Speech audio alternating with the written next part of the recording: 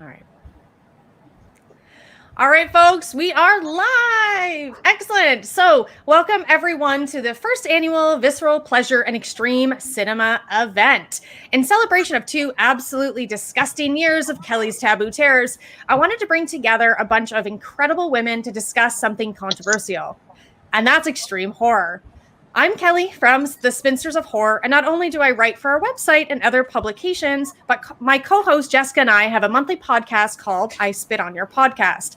I created Taboo Terrors as I found myself drifting more and more towards those very intriguing, transgressive films. So now I write and podcast about them too. Why not?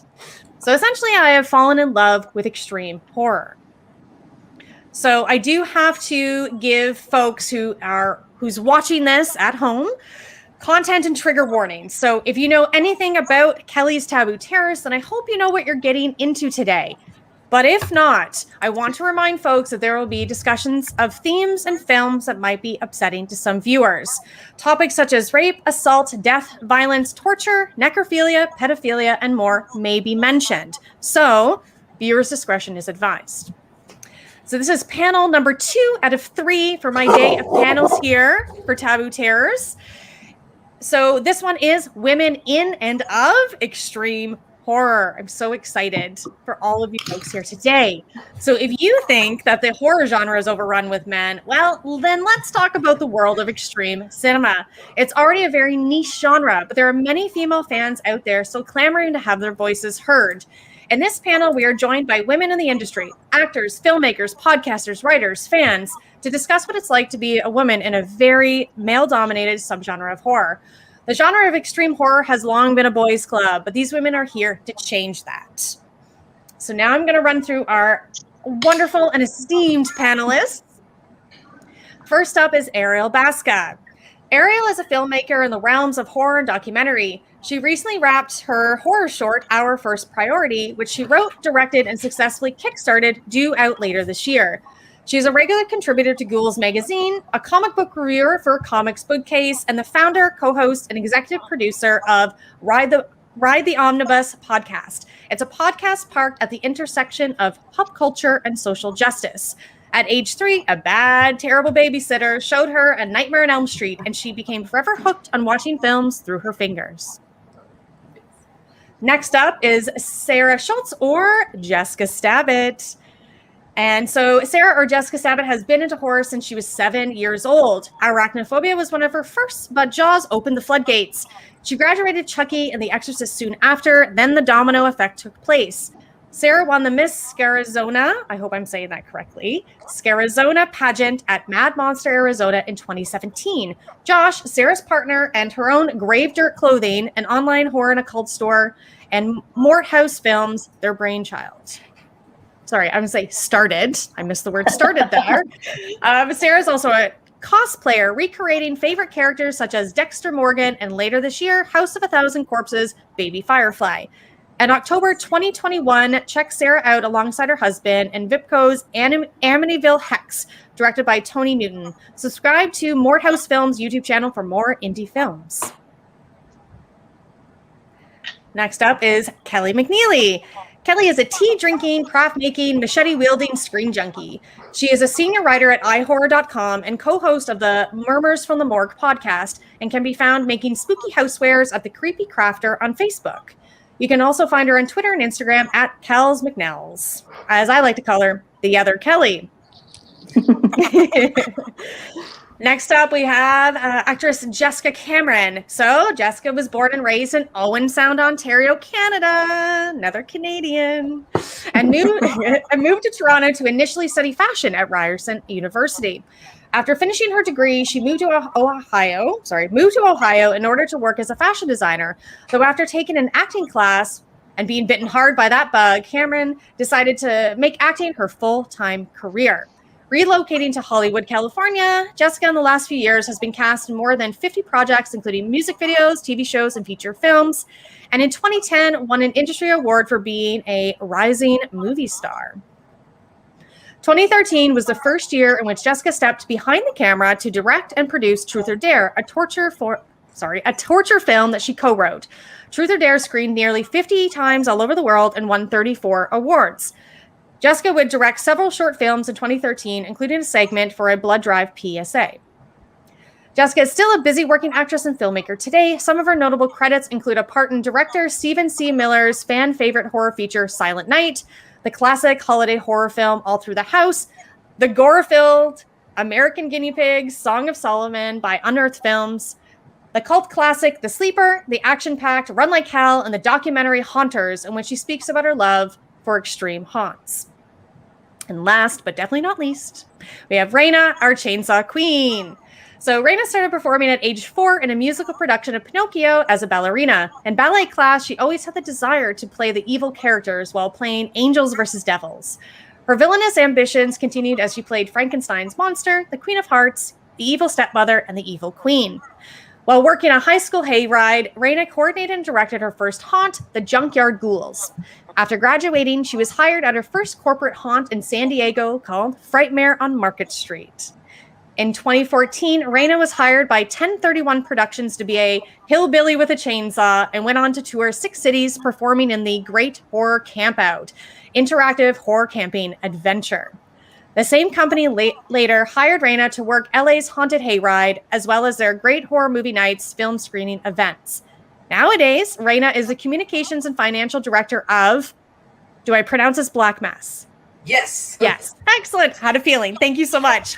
An adjunct professor, actor, filmmaker, writer-director for No Way to Die, and wrestler. Chainsaw, the name, for WOW, Women of Wrestling. We already have a comment here. So many incredible women in horror. You all kick ass. And I agree. New friends, old friends. This is amazing. So first off, I'll do my round of questions and discussion for all of you. I know I have some general questions for anyone to answer, and then some more direct questions for our guests here today. But folks that are watching, feel free to throw out comments, and then Jess, our tech gremlin behind the scenes, will throw them up on the screen, and we'll save the last 15 minutes or so for questions for our guests here today. Okay, so we'll try to save your audience questions till the end. All right, and I am your host, Kelly, so let's get into this. So question number 1 is a very basic but standard and awesome question. How did you specifically get involved with extreme horror? What drew you specifically to it? And I'm going to start this off with Ariel. All right. Well, you probably already know, Kelly, exactly how I'm going to answer this because, we were just on like a minute ago. Yeah. But I happened to spend a lot of my time abroad as a child. And when I was in middle school and high school, I was lucky enough to live in Australia and Singapore for a significant portion of my summer times. And as a result, I got to watch a lot of programming from Hong Kong and Japan on the television, some of which was rather extreme. So I would say I saw Ichi the Killer probably around age 12. And this was kind of an interesting introduction, shall we say, that my parents didn't know I was getting. And additionally, I found that I loved the content to a degree that I was kind of shocked and just felt myself constantly drawn to those midnight screenings on NHK television every night, and would stay up late watching it. And it spoke to so many different things within my life that I had never actually understood that were sort of hidden underneath. Like it was this whole aspect or idea that there was a hidden world underneath the surface world that suddenly drew me to these films. And when I came back to the United States later, I got very involved in French extremity and discovered Martyrs, and I was like, oh yeah, this is for me. This is for me. This is my thing for sure. And it's been a love affair since then. Excellent. I'll move over to Kelly McNeely. Mm-hmm. How did you get involved? Why are you talking about extreme horror? Why? Well, I think this is not extreme horror at all, but I first got into it by watching like Requiem for a Dream and I Saw the Devil, which again, not extreme horror, but they go to these really dark emotional places that kind of really spoke to me for some reason. I saw that and I was like, I am emotionally devastated. I need more of this. So I went on to watch Audition, a bunch of New French Extremity, Calvaire, which is one of my favorites, High Tension, things like that. And then eventually I sort of heard talk about a Serbian film, and I heard it by reputation first. All those conversations about it being banned for its extreme content, and I was like, all right, I'm curious. I'm curious about this.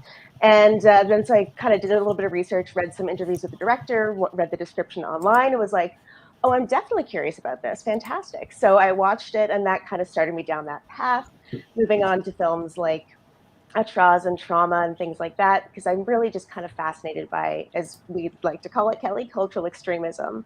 I think is something that is such a fascinating thing, is this idea that so many different cultures bring their own trauma and their own historical, their historical trauma to the films that they're talking about and the films that they make, which is really kind of fascinating to watch.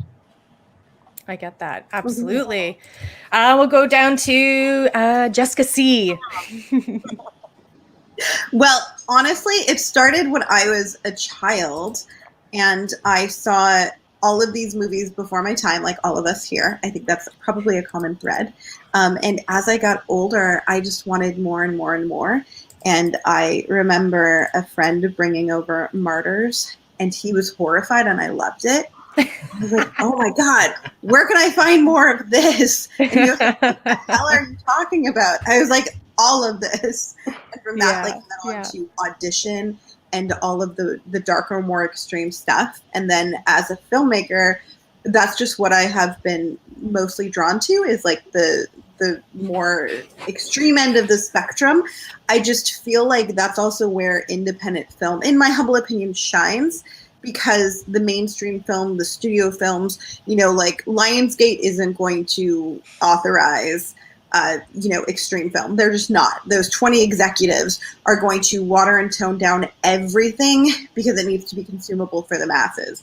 The great thing about making a low budget film is that we have maybe one or two investors to please, and that's pretty much it.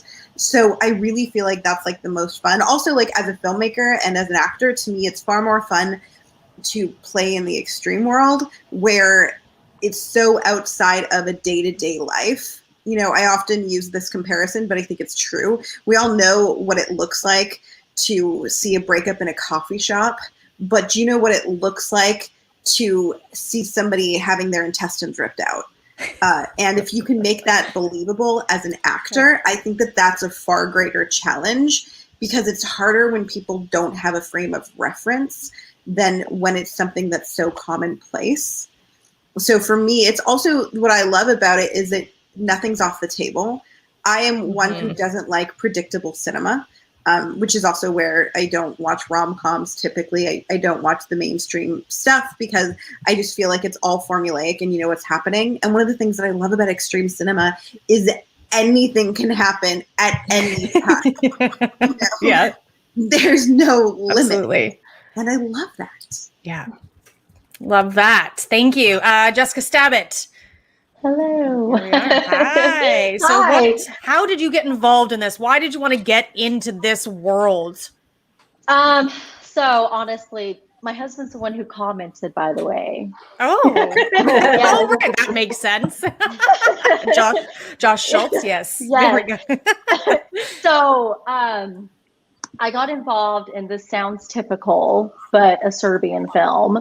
And it's funny because Josh is the one who introduced me to it. I did, the typical horror movies, Nightmare on Elm Street, Friday the 13th. And then he's like, oh, we should watch this movie. And it was a date night movie. And I'm like, okay. So we watched it, and my jaw was on the ground the whole time. I was just like, oh my God, they make movies like this? What? This is crazy. But I know there's a lot of really messed up stuff that happens in it, but it's just like outside the box. You go outside the box. It's not like, your typical movie. So that's what got me into it, honestly. Excellent. Thinking outside the box. I love that. And Raina. Well, as my name precludes, I'm into the Texas Chainsaw Massacre franchise pretty Yes. heavily. Just like, sounds like all of you watched it pretty young. I was 8 years old and my dad let me watch it. And like, not, that didn't go into extreme horror, but that definitely set a pretty good foundation, and then kind of just watched a lot of mainstream horror as I got older and kind of got like, man, what is this? I want it to be more intense. I want it to be more extreme, and got like bored. Yeah, I got bored with mainstream horror, and like I was a horror fan, but like I didn't know where to find it. And I'm from a small little in the middle of nowhere town, El Centro, California. And it wasn't really until I got older and started to do immersive theater where I was just like, ooh, what's this? Oh, I can touch people. Oh, people want to be kind of, put into extreme situations. Oh, and then, once I did Great Horror Camp Out and Hayride, I got asked to join Heretic, which was much more extreme. And then from there, met my now co-founder of Black Mass, one of them, Alex C. James, who really got me into like, oh, hey, have you seen Martyrs? And I'm like, no, what's that? And started watching those types of movies. And then, he introduced me to August Underground. And like, that's when I'm like, all right, I needed you to be my friend in high school. Where the hell were you, in the 90s when I needed this, because in high school, I ended up watching like Faces and Traces of Death.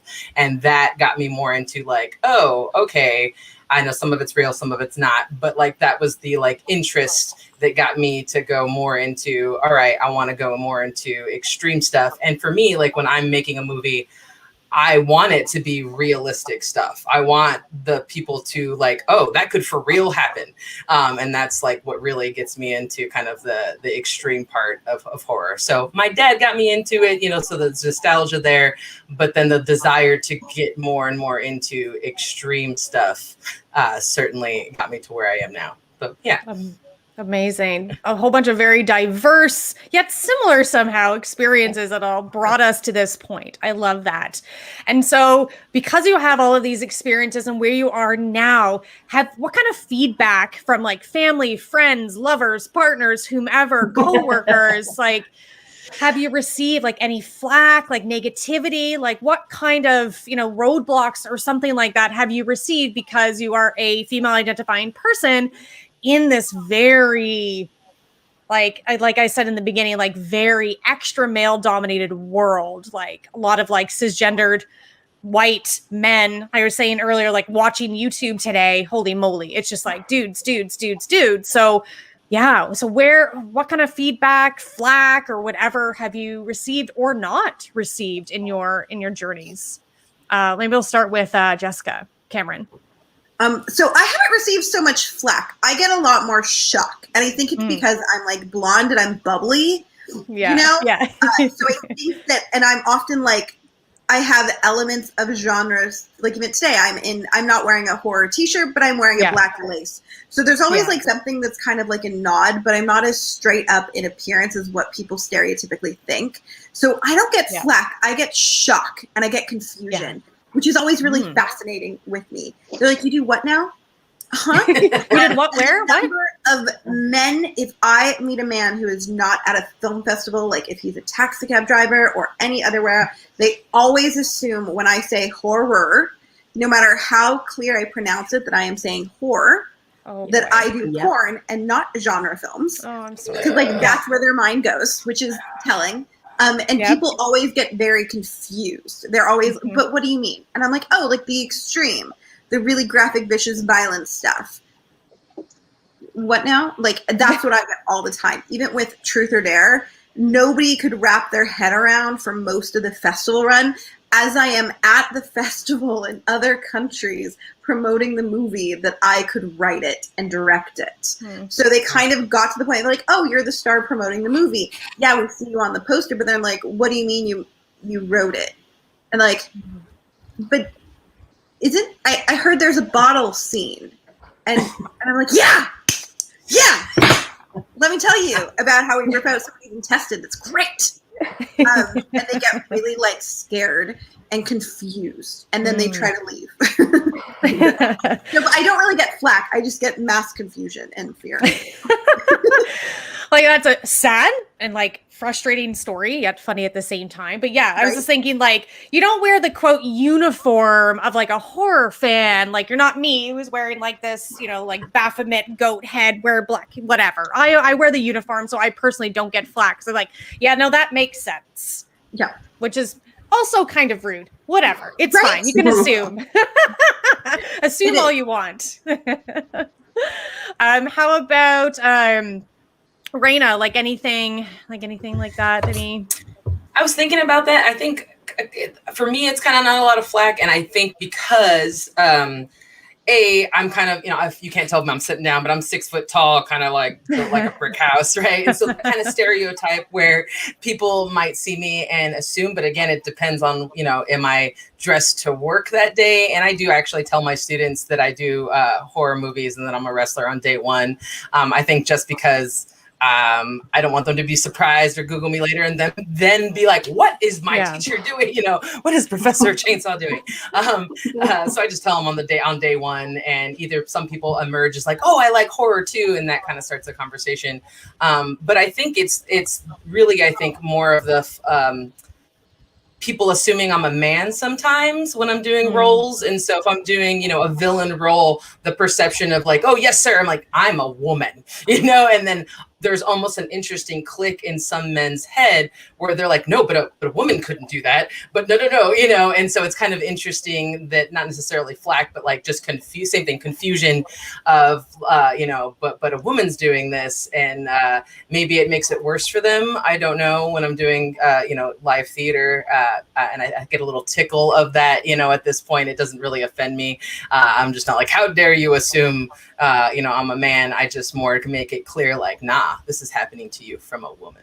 Like, and that's either more terrifying or more confusing for them. But I think the maybe other stuff is just like family or friends maybe being a little bit more cautious in watching or participating what I do, even if it's totally extreme horror. It's like, no, this is totally something you can do. And they're like, really, is it? I don't trust you. Yeah, that I can do or watch. No, you watch crazy things. I don't want to watch what you watch. I'm like, no, but really, it's fine. It's not totally crazy. So I think, just the kind of like expectation now that people have of me. And then, that's not so much flack, but confusion. I get that. Yeah, absolutely. I'll move over to Kelly and Ariel because both of them have appeared on my podcast, Shock Talk, where we talked about their personal favorite extreme horror films. So both of you, I know, like podcast and write about extreme horror. Kelly, on iHorror, you have the listicles and things that you do. And you've got you do editorials, and Ariel's editorials and podcasting and stuff like that. So Kelly's favorite extreme horror film is a Serbian film. Ariel's is Martyrs. So for both of you, what are people's reactions when you tell them like, nope, this is like a favorite movie of mine? Like what goes on in that kind of interaction, I'll say? Well, I'll go first. It doesn't come up very often in conversation, surprisingly. People don't often bring that one up, but I think people mostly know a Serbian film by its reputation as being like this really fucking dark, depraved, disgusting movie. Yeah. So as soon as I mention it, like anyone that knows me is just like, oh yeah, okay, whatever. But anyone that doesn't know me is kind of like not really sure what to think at that point. So again, it doesn't come up in conversation too often because it does sort of put across an image if they don't know me very well. But I think the film kind of, it makes a statement about the importance of the historical, the cultural trauma, things like that. I think with horror and extreme horror in general, it's kind of like the extreme sports of horror in a way, where it's, when you think about it, it's intended to provoke a reaction. It's intended to have sort of a knee-jerk reaction. It's like testing your reflexes. And a lot of people, especially in the horror community, are kind of proud yourselves on not having very strong reflexes of like, oh yeah, nothing makes it work, it's fine. And extreme horror is kind of a way to test those reflexes and really kind of poke and prod at them, I think. So again, it's the sort of thing that it's for people that know me, they're like, yeah, that tracks. It makes sense that that's your favorite movie in the extreme horror genre. Okay, great. Yeah. But they never want to watch it with me, which is that's fair. Understandable. Yeah. Totally. Yeah. Before you started at iHorror, did they have like an extreme horror section? Did you bring that to iHorror, or what was that kind of situation? They didn't really have too much coverage for extreme horror. And for me, the way that I sort of brought it in was discussing it as like really dark and disturbing modern foreign horror. Oh, So I kind of that's a added it in as mouthful. yes, so I added it as extreme horror, but I found that way is kind of a way that makes it a little bit more approachable for people that are like, they see the word extreme and again, they're like, that's too much for me. I don't want to. But if you look at these Fair. films and if you have that sort of understanding of what they mean and what they can do and what they evoke and the reaction that they have, they can be extraordinarily powerful. So I wanted to kind of bring it to iHorror in a way that was a little bit more accessible, a little bit less scary, but also has lots of warnings for people saying, like, Yeah. please, if you're disturbed by any of these things, do not watch these movies. I'm just letting you know that these exist. You don't have to watch them, but they're out there, just so you know. Yeah, no, I love that. I love that. And so, Ariel, how about you? Like martyrs, yeah, does it come up in conversation? Like, how does that work? So whenever martyrs comes up in conversation, it's usually because I'm pushing the envelope to like, try and get people interested in it. And I'm not very successful at it. Unfortunately, I think that's partially like a combination of my identity as a lot of people know me, because most everybody that I try to sell on martyrs tends to be either, if they're not strangers on the internet, or people in the audience I'm writing to. They're people I've known for a long time in my life who've known me as a Latin teacher and an academic and, all of these things. And so it's totally contrary to them to see me suddenly talking about martyrs. And then, once I decided to make a horror film, like that was even farther beyond the pale. And it was like, oh my God, what's going on? What's happening?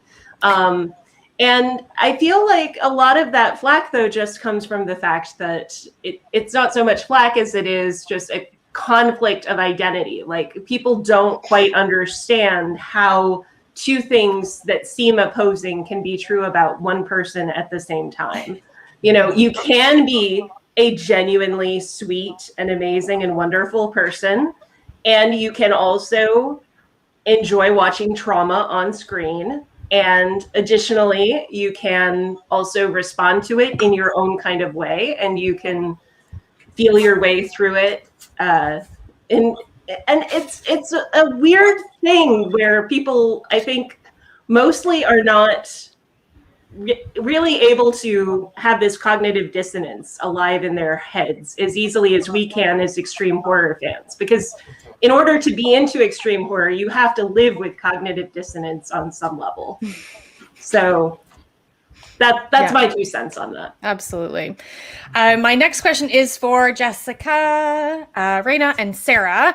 So as women in like horror, practical effects, filmmaking, that world, that industry, have you ever received any like pushback or like reached barriers? And then a secondary question, if so or if not, but where do you see the industry going for folks like you, like female identifying folks, like going over in like 10, 20, 30 years? We'll start with Jessica Stabbit. Hello. So I have not experienced any barriers, luckily. So that's always good. Thank goodness. But I mean, when I'm working, I like to have fun, of course, but then I stay professional and I'm pretty firm about things. But everyone I've always worked with is amazing. So I worked with Raina actually before in Queen Malvolia's Halloween specials, and I've hung out with Jessica Cameron when she's come to Arizona. So yeah, I haven't had any conflicts, which is awesome. And then for the future, it just seems like there's more rising stars coming out there, more women getting their voice heard, which is awesome. Stuff like this, like what we're doing right now, really helps to get our names out there. Like, oh, wow, they're really into that kind of stuff. It's kind of shocking. But I see a bright future, honestly. Good. How about Jessica Cameron? Well, so I've actually seen a lot of barriers just unfortunately as a woman earlier. I think the whole Weinstein boys club kind of getting called out was quite frankly a huge change, because it wasn't until that these major companies started really hearing women out. I know, like, I don't know if you remember, but like at the time, even like Blumhouse was like, Jason Blum was like, we have approached women to direct our movies and none of them want to direct. And when Jessica Kent won't work with us. That is right, the and when he one was pressed, woman. he listed 2 women filmmakers who didn't want anything to do with him. And it's like, oh my God. So you'll approach 85 men. You'll hire 35 of those 85, and then you approach 2 women and you think that that's okay? Like, you're dumb. Yeah. You're fucking dumb. Sorry for my language. Anyways, that being said, so I think there was a lot of that prior to that. So especially like 2013, 2014, and there was a lot of like, you can't do that. What do you mean? Especially in the extreme stuff, because so many people, like even like trying to get funding for a movie, people were like, oh my God, but you can't. You can't. And it was directly related to me being a woman. Again, like I saw that the men in the industry weren't having the same issues. They weren't having the same level of pushback. Even like as far as festivals in the beginning, and when Truth or Dare premiered, there were so many festivals that I know and love, but I know that I was selected because I was like the female one. Like the token woman. Don't get me wrong. Yes, I benefited. Yes, it helped my film, but it's still not okay. Right? Like, it shouldn't be that somebody looks and like, oh shit, we don't have any female filmmakers in a festival screening 100 movies. Let's pick one. That should never be the case. If that is the case, you're doing something wrong. Yes. So I've definitely seen a change in that, which is a great thing, because I don't see that same level of pushback. I feel like women are no longer, I find that myself and my films are no longer getting selected in festivals in order to be the token female film or on a token female film night, which for me, that's what I want, for the record. I don't want to be like, this is a night celebrating women in film. I just want you to have an accurate representation of the best in cinema. And I think that typically, as somebody who is a fan of cinema and independent film, on any given year in the last 12 years that I've been active in the community, there should always be some really great women in film, but it shouldn't need to be like a whole thing. Like, look at us, we're doing this. No, you should just do it. 'Cause it's the right thing to do. So I'm seeing a lot more of that. I also think like going into meetings, when I would go into meetings, it was very much like in the beginning and we're talking with sales agents, we're talking with studios. So like bigger level meetings, or like as an actor and a filmmaker. As an actor, it hasn't changed as much as when it was a filmmaker. As a filmmaker, I feel like the level of seriousness that I am taken now is a lot higher. Before, it was almost like, oh, look at that. She's so cute. She wants to make a movie. And again, I wish I could say that I was exaggerating. I wish I could say, oh, I'm an actor. I'm not. Like, it literally was like, oh, aren't you just so adorable? And now finally they're like, I feel, because of all of the last 4 years of, pushback, that we're finally being treated like equals within the industry. I also think that we're proving, hey, look, we can and do better. We can be as good as our male counterparts. We are not this stereotypical, emotional, problematic option. And also, like, our stories are different. I love films that are not predictable. Guess what happens when all of those films that are not predictable are also all made by middle-aged white men? They all become predictable. Yep. People sharing their same extreme experiences. So we need all sexes. We need all gender identifiers. We need all races, all ethnicities. Everybody grew up in a big town, grew up in a small town, grew up in the middle of Germany, grew up in the middle of Canada. Like, we need all of these things into the pool to tell like these original stories. And I kind of finally feel like, ironically, right before COVID, we were just at that place where the playing field was getting leveled. Not that it was 50%, and people sometimes give me flack, and I try to tell people we still have to be realistic. If there's 1,000 films submitted to a festival, it's not 500 from men, 500 from women. When that day comes, I think an accurate representation of 50-50 is fair. I also don't think it's fair for festivals to be trying to go in and select lesser quality film because they're trying to push, well, we have to have half women, right? But I do think it needs to be realistic, and we need to be encouraging, younger women to pursue their dreams, younger women to understand that you are absolutely capable just because you're a woman. When I started, you know, as a woman who looked the way that I look, you could be an actor. That's it. Nothing else was encouraged. Nothing else was talked about. And I feel like we're finally now at that place where appearance is less of a standard requirement as far as what you can and cannot be. So it's more like, what do you want to do? Oh, great. You have these original stories to tell. Great. Do you think a producer, director, writer, like what is, you know, we're no longer bound by our physical appearance, which I think is such a healthier standpoint as people, but also as a horror viewer, I think it's going to make the best content we've ever had. Amazing. Excellent. Raina, anything with your personal experience? Yeah, you know, like the more I kind of think about it, I don't initially feel like there are tons of barriers or people, you know, went over my head or I wasn't able to do what I wanted to do as far as making films or doing practical effects. But there's still, you know, when I think about it, I just kind of being not as much, but being mom and dad when there is a male counterpart on set, right? Mom and dad did whatever, you know what I mean? Where it's like I say something where they like kind of just make sure, you know, hey, is that really what, you know, you want to do? And it's like, yeah, I'm in charge. Why aren't you talking to me? I'm over here. So I think that still happens occasionally, and to kind of, you know, check that to make sure people understand like, hey, I'm in charge regardless of, you know, my, you know, this other person that's in the room that's male, etc. And yeah, like looking forward to a world, like Jessica said, where like it's, you know, 50-50, where it doesn't matter, you know, what's in between your legs, where it's just like good art is good art, good filmmaking is good filmmaking. But in order to get to that place, we need to acknowledge that there are women of all walks of life, of all different looks, because guilty too, you know, especially when I was younger and teenager, I just thought like, I'm a tomboy and I'm not like other women. And like, I said shit like that, where I had to grow up and go like, hey, like that, what the fuck were you saying? Like, you know, it doesn't matter what you look like. You know, you could, you know, be a blonde bombshell and still have a creepy mind with, you know, amazing extreme horror, you know, stuff in your head. That's all irrelevant to the art that you're making. And, you know, and I think it's still important that we acknowledge shitty things that happened, like Weinstein, but like also to move on and realize that, like, you're right, we don't need people like him.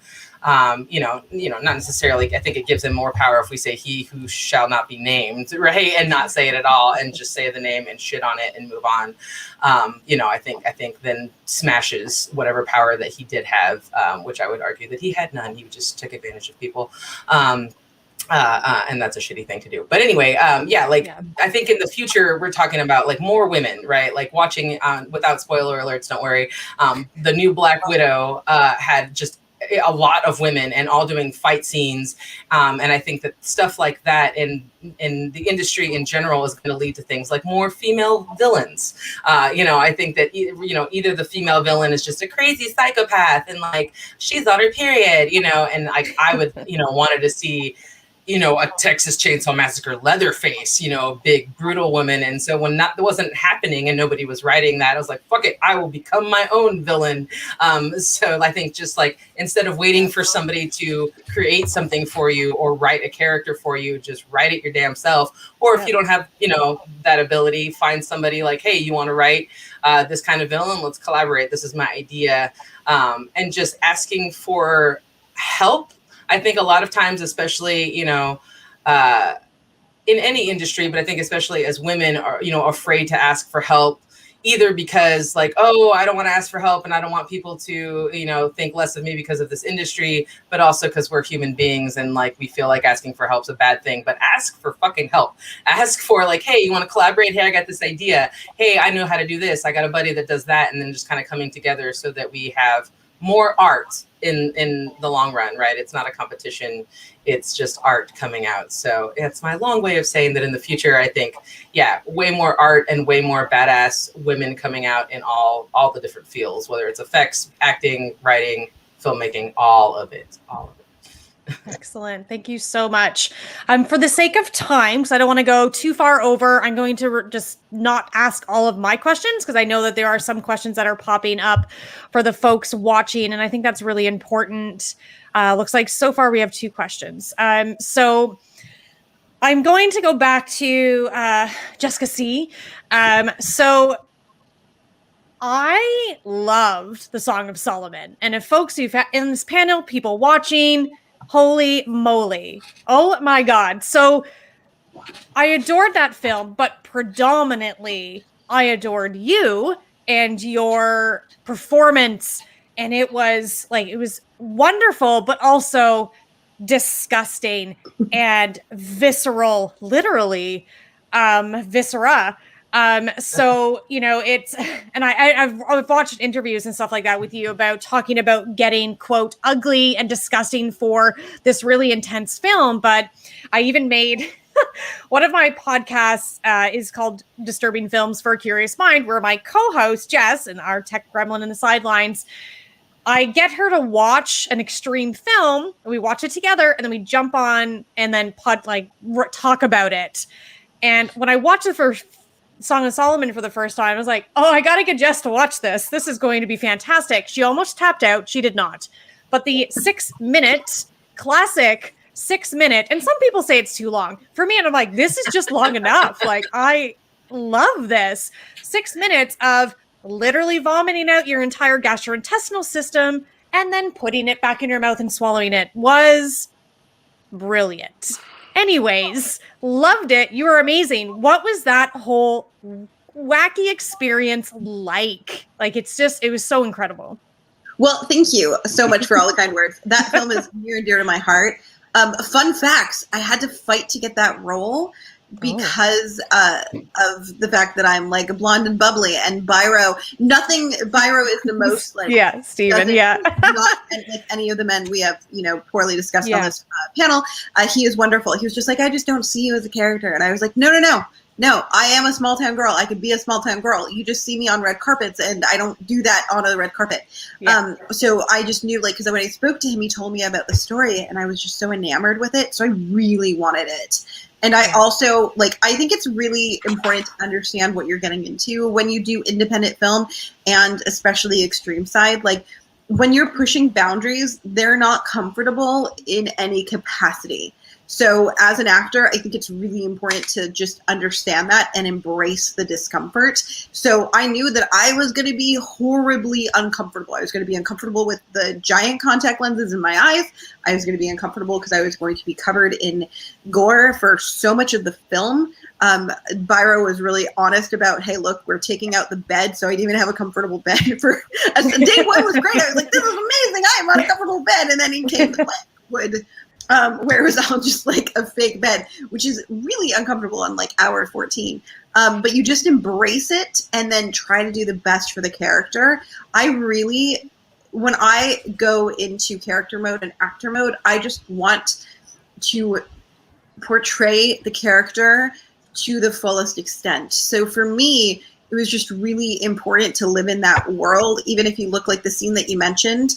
I loved it. I never at any point was like, oh my God, we should change it. I agree with you. I think it's just the perfect length. Yep. Because it needs to, I think some people who want it to be shorter to make them more comfortable, but the whole purpose is it's not supposed to make you uncomfortable. It's not supposed to make you comfortable. It's supposed to push you to that place where you're like, oh my God, this is disgusting.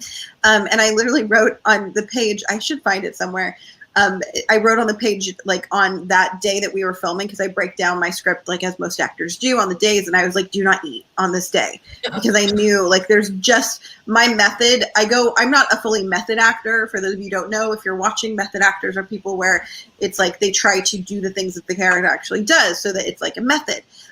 So I wasn't necessarily going to intentionally vomit, but I knew my goal was just to be in that moment and try and try to put as much of the intestines into my mouth and throat that I physically could.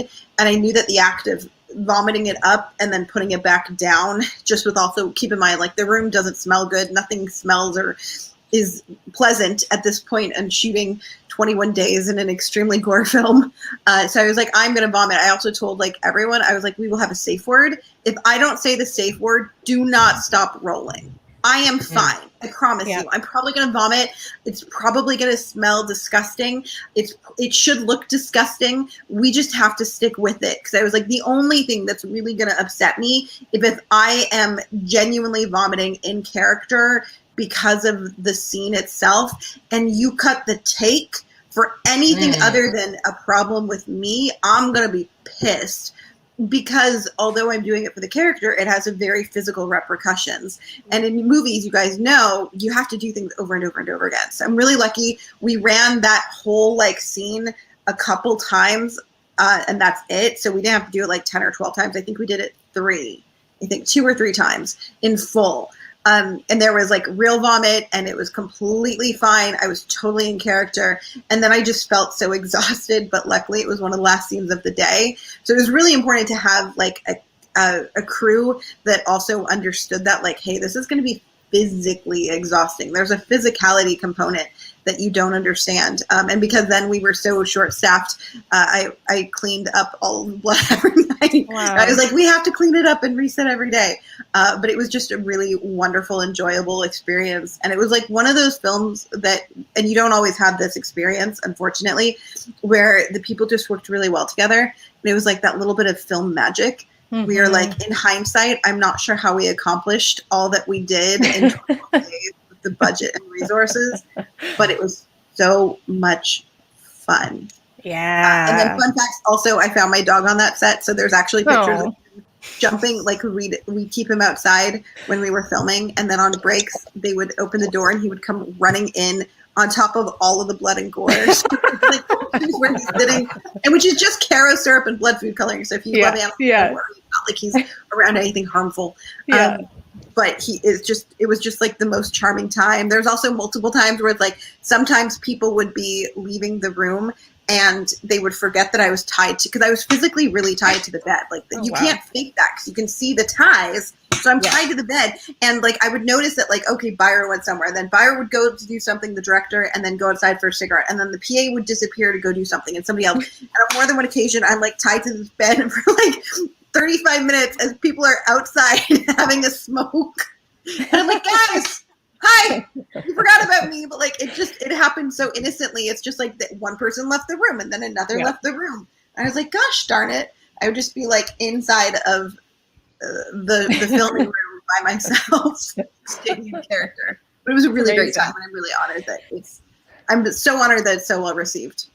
Excellent. I'm actually going to throw a brand new question into the ring here. But that almost sounds like you had a cathartic experience, visceral, like personal experience with doing that. So folks that like podcast and write and direct or star or whatever in extreme films, has there ever been like a cathartic experience through like writing or experiencing something like this? I'm going to bring this over to Kelly McNeeling, because I haven't heard from you in a little bit, but for you, like writing about extreme horror ever, or like podcasting ever about it, like has it ever been like a kind of a cathartic experience for you? I think the thing is that a lot of women have trauma in their lives, whether, whatever form that takes. And I think one of the things that extreme horror really connects with women is it's a way to face that trauma and have a catharsis through the trauma and just sort of work through it in some way or another. For me, watching extreme horror, I think New French Extremity has been the stuff that's kind of really affected me, because watching like Trauma, the Serbian film, and Etras and things like that are so over the top and so intense that just watching it, you get a very good feel for the movie, but it's something that you still kind of mentally disconnect from just to kind of watch it, I think. But for me, New French Extremity, writing about it has been really interesting and really fun, because I like being able to bring this to other people as well, and sort of, again, present it in a way that might be approachable for someone that hasn't really heard of extreme horror as a genre. So bringing it forward and sort of saying like, hey, if you are into something that's a little bit challenging and a little bit darker, and you want to explore that element of yourself and like at that element of human nature, here's something you can get into. So yeah, I think writing about it has been kind of cathartic, because it's just kind of fun to share, and B, because it does sort of give you a moment to address things within yourself that you're like, how do I feel about this? What do I need to work through? Right. How about you, Ariel? Well, for me, I feel like women are generally drawn to the extreme horror world for very different reasons. But in my case, I certainly always felt like I needed the catharsis that I got from extreme horror cinema to begin with. But my perspective actually changed a lot when I became a director. And I started working with a child actor on set in my horror film, who was 8 years old and playing a 10-year-old. And she was actually a huge horror nerd herself. Like her favorite film is Child's Play. And, she goes to weekly horror cinema things. And talking her through all of the horror beats within the script really educated me about what I think the female experience of horror is all about. As we started to have more and more conversations about, well, why would my experience as a woman be doubted? Like, why is this in this particular script? Like, I don't understand.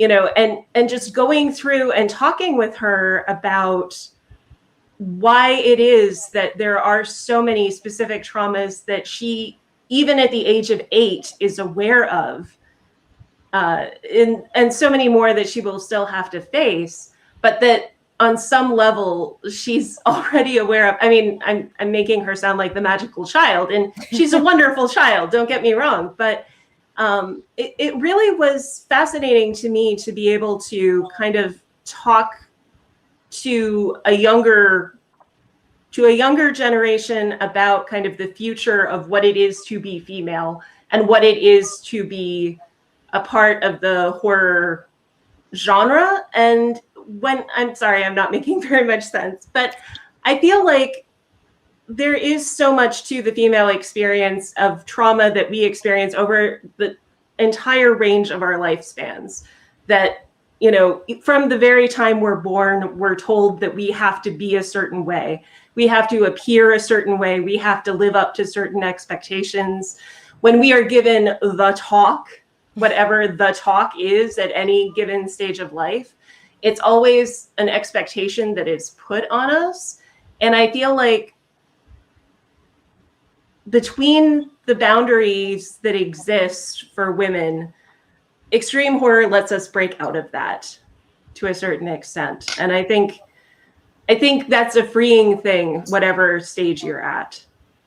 Excellent. Jessica Stabbit. So why do you think, even though there's like maybe a small group of us women that do love extreme horror and extreme cinema, why do you think women are particularly maybe drawn to extreme horror? Because I feel like some women, it shouldn't be that way, where women are like, oh, I should just like Barbie dolls, and romantic comedies, it's just in us. It's just who we are. So for example, I'm a body removal technician for my normie job. So I see the purge, I see the maggots, the skin slip, I see all the insides, all that, and it doesn't bother me. And I can't tell you, when I got hired, they were like, ooh, I don't know, you think you can handle it? And I'm like, I think I got this, thanks. And it's, so it's something I see on a daily basis. Yeah. And then I come home and I watch it on TV. And it seems, it's like taboo for a woman to like extreme horror, I have trouble saying horror too, so you're not alone. But it's just what we like. We shouldn't have to be defined and be stuck in a little box, So excellent answers. Thank you, everyone. So let's go into our audience questions, just from behind the scenes, our tech gremlin. Our first one is Martyrs versus Frontiers. Which one do you pick? Martyrs. But Martyrs is pretty popular. I haven't seen Frontiers yet, so I can't say. Yeah. Oh. I find they're so different. It's really hard. It's like picking your favorite child, you know? It's just like, oh, this one's really good at this thing, but this one's really good at this thing. Who do I pick? Yeah, I can't pick my favorite child. I think just in terms of like the sheer impressive technicality and what it is as a movie, Martyrs. But I think if I want something that's just like, I want to throw it on and have fun, Frontiers. Yeah. Yeah, Martyrs isn't fun, so that's fair. Yeah. Well, I completely agree with what Kelly just said, because I think that Frontier does a fabulous job of being a really, really enjoyable film, you know, for its genre, for sure. And I feel like it's eminently watchable in a way where Martyrs would, you know, kind of make you want to turn away. But I feel like Martyrs is so much about the transcendental power of so many things that the narrative structure is such that it just is an absolute masterpiece. So excellent. Next question, Scott Bradley from Hellbent for Horror. Hey, guy. Was there a movie or story that gave you catharsis from the extremes of the themes instead of the gore? Jessica Cameron.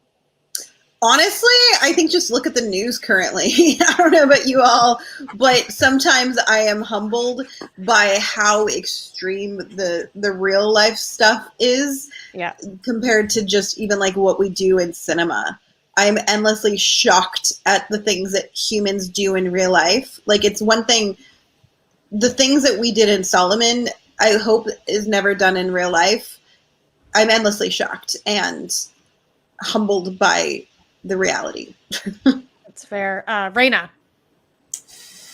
That's a good question. I kind of agree with what Jessica said, you know, that, and I don't even think that gives me catharsis necessarily. Pass, someone else. That's an interesting question. Yeah. And I also like the gore, so that's also, I think, all right. Again, like going back to cultural extremism, for me, like that can be a catharsis of it, of like knowing the history behind it and researching the history behind it and reading director interviews can be like a really fascinating way to put context to that depravity, as it were. Yes. And I think that it's something that's really strong in foreign horror. Like you look at Turkey, Germany, Japan, there's a lot from Japan, Mexico, Chile, there's a lot of these themes that are coming across from international horror. And I think it's because they've got such a rich history.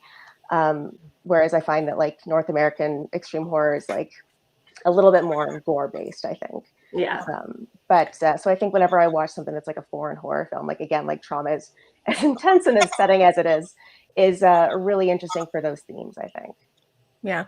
I'll say for myself, never catharsis, but education. They're highly educational films, and it sounds so strange, but absolutely. Kelly, I think, hit the nail on the head, is that for me, I don't get catharsis. I don't feel like I personally, my own personal self, need to work through anything, which I thank Satan for. But educational experience. Yeah. I look at an international and foreign films, you have something to learn from again, the cultural context, and both Kelly and I are obsessed with cultural extremism. So I really get that. It's an educational experience, we'll say. Yeah, I was gonna say at the very least, like writing and that part gives me more catharsis than watching, because then I can put my own funk and needs of my own trauma into my own writing. Yeah, for sure. Yeah. Oh, the bunny game. Yeah. Still need to watch that. Sorry, Jess, what's another question that we had? Gonna make her work for her dinner. What do you all think about Shelby Vogel? So either that's Fred Vogel's partner or it's somebody I don't know, so I can't answer this one. I'm assuming it's Fred Vogel's partner because the same commenter referenced Toe Tag. So for those of you who do not know, way back in the day, Toe Tag, I believe it was owned by Shelby, Fred Vogel, and Jeremy Cruz, and they ran it, I want to say, from 2005 to 2011, don't quote me, and a lot of independent genre films before indie film kind of hit its stride with the creation of the Red camera, like back in the day when nobody was really making independent film because nobody could afford to shoot film. So they shot it, I want to say on VHS, etc. So I'm making that assumption based on the commentator's reference. Okay. So I really like Shelby and Fred Vogel. I hope they go back to their roots. They haven't made a genre film in many, many years. So I would love to see more toe tag films in that genre. I would love to see what they would do now that technology has advanced, where I feel like the films, for me, without being offensive, I don't find that the toe tag films are that wonderful to watch because the filmmaking quality isn't there based on the equipment that they were working with. Although I applaud them at the time, I just think currently in 2021, the filmmaking cinematic experience, although I like the content, isn't on par with my expectations. So I would love to see what they could do now that we have 4K cameras on our phones. You know what I mean? I would love to see that, and hopefully one day they will. And they're also some of the nicest people I've ever met in real life. So I believe so that. It's definitely, they're definitely an inspiration of our company, Black Mass, and like a lot of the effects. A show that we're running starting in August is called Switchblade Romance that Alex E. James, my co-director, is wrote and directed as a lot of homage to the vocals and August Underground specifically. So very excited. A lot of the gore stuff that I just did is for that production. So, but yeah, absolutely. It would be cool to see what they could pull out with better equipment. Like even our phones, it's just like insane that we could bust out a phone now and make a feature film. Next question. What is your take on women bringing their own personal kind of trauma to extreme cinema, in kind of the way each culture brings their own kind of trauma to their film? So women bringing their own personal kind of trauma to extreme cinema. So I'm assuming maybe more of like a personal experience, either writing it and then having other people act it out. Maybe that's like a cathartic experience, or the person acting in a movie and they have themselves something to kind of purge.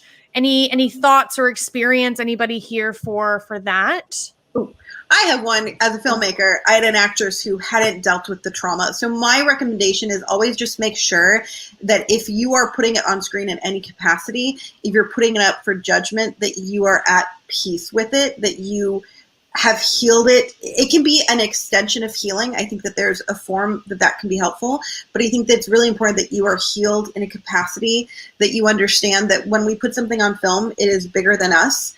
As an actor, unfortunately, you don't get the right to say a month after shooting a scene, hey, look, I thought I was comfortable with it. I'm not really comfortable with it now. Can you remove it?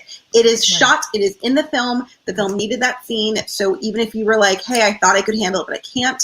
So I do think it's really important just to make sure that you are doing this as an extension of healing, but you're already in a place of healing and not too fresh, because I think that can cause trauma. Also, it can cause a lot of mass confusion. We had an issue where an actress, clearly the script had never changed. There's a scene in Truth or Dare where it's a sexual act, and she had a reaction that clearly she was not healed from a trauma, and it prevented us from filming for the rest of the day, and we had to do a huge workaround. And I felt genuinely bad. I assumed had she had an issue with the script, it would have been discussed in the 3 months prior. So please just make sure that you are healed so that you're able to do what's needed. And if you're not, let's talk about it, but let's do it before the day on set.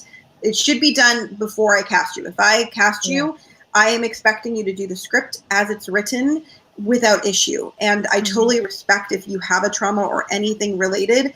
Happy to have that discussion. I just don't want it to be last minute on set where I'm backed into a corner and we can't do a rewrite. We have to shoot a scene. It just can get very complicated. That's fair. Communication is key. Yes. Yeah, absolutely. Ariel, I feel like you have something to add to that. Oh, well, I just wanted to say, Jessica, you are a goddess. Like, I love your response on that question, because that is so important for people to understand.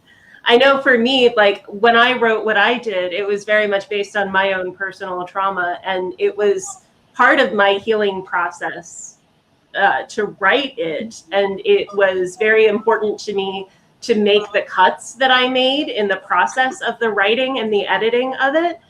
And to be very, very forward and very aware of myself in terms of what I was and was not comfortable with putting out there and actually seeing put to screen. But there is also something deeply traumatic about seeing something that you've lived put on screen.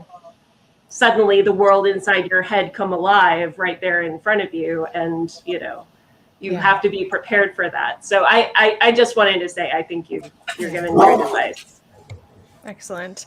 Another question was a Serbian film part 2. Thoughts on the continuation of the series? ? I'll throw this over first to Jessica Stabbit. I haven't even heard of this being a thing, but go ahead.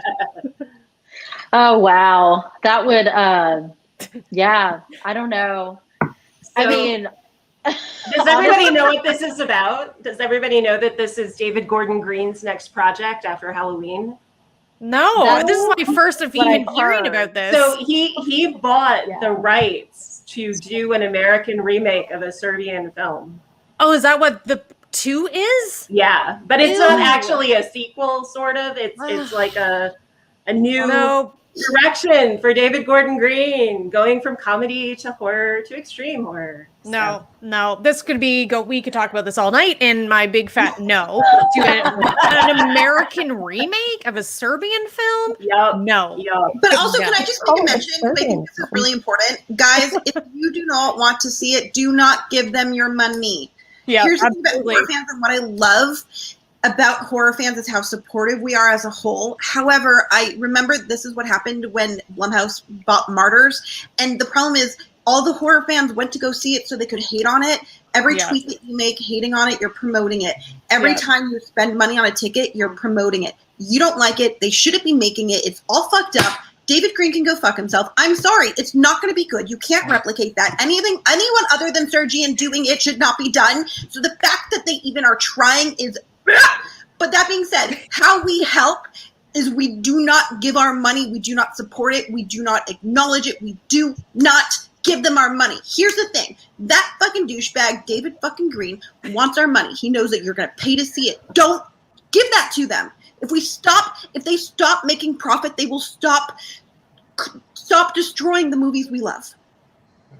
There you go. I 100% agree with that. And I have such like I said, you're a queen. I have such strong thoughts on American remakes of foreign films because I think, like, again, you're stripping away all the cultural context of the movie in that process. Everything that makes that movie what it is, everything that puts the history into it, the context into it. No, like you can't recreate that for American audiences, and especially because if it's something that's like David Gordon Green is doing it, he's not going to be able to do it to the same extent that it needs to be done. Like, he's going to water it down. He's going to make it something that American audiences are going to be okay with. Just fucking make people read subtitles. Just people can fucking read subtitles. Just let them do it. Don't remake these movies. Vote with your wallet. Absolutely. I agree with that. Absolutely. And just please stop these. Stop. Yeah, just stop. Oh, agreed. Oh, I'm very upset by this news right now. So thank you, everyone. Jeez. We're here for each other. We're here for each other. Oh, no. Okay. Well, that looks like that's all of our questions here today. Now we've the comments are flying in because everybody's like, what are you talking about? Is there a remake? So we've now ruined everyone's night. So whoever brought up a Serbian to everyone's night. So I believe Unearth is still working on a behind the scenes documentary component. Oh, absolutely. Yes. So I'm excited about that. I can't wait to hear Sergian. I've had the honor of spending some time with Sergian by being connected to Unearth and Stephen Biro, and he is so wonderful to talk to. And when you hear about all of the moral issues that he had and how the film itself represents the Serbian country, his country, and how they don't respect their people, that level of in-depth is in every fiber of that film. And hearing him speak, I think, is an asset to every person who loves these films. So I could not be more excited for the Unearth documentary. I cannot wait. I think it's going to be great. And I believe also they're re-releasing a Serbian film, an extended cut that Sergian has been working on. So I think those are two great things. Those are things where, again, speak with your money, support those things, and not the bullshit American remake. And the final little point on that, because Jessica Cameron brought it up, I have to say your last name because there's so many Jessicas here today. In that, I actually have an essay. There's like, I think 5 women that did essays that are going to be released with that like special, uncut, unrated, et cetera, release of a Serbian film later this year. So I'm also very excited because that'll be like my first piece in like a special edition movie. So I'm pretty excited about that. I wrote about the newborn porn Yay. scene as a retrospective. All right, excellent. We're going to end it here. Only about 10 minutes over. That's great. So thank you all so very much for your time today. I adore all of you, new and old friends. This was amazing. My plan is to hopefully do this annually, so I hope you'll come back. It'll definitely be top of my list for guests next year. And I also want to thank Jessica, our tech gremlin behind the scenes. Thank you all so very much. And folks that are watching this, I hope to see you all back here at 8 p.m. Eastern time for our next panel, which is called Extreme Horror, the genre, the controversy. So see you folks later. Stay grim. Bye.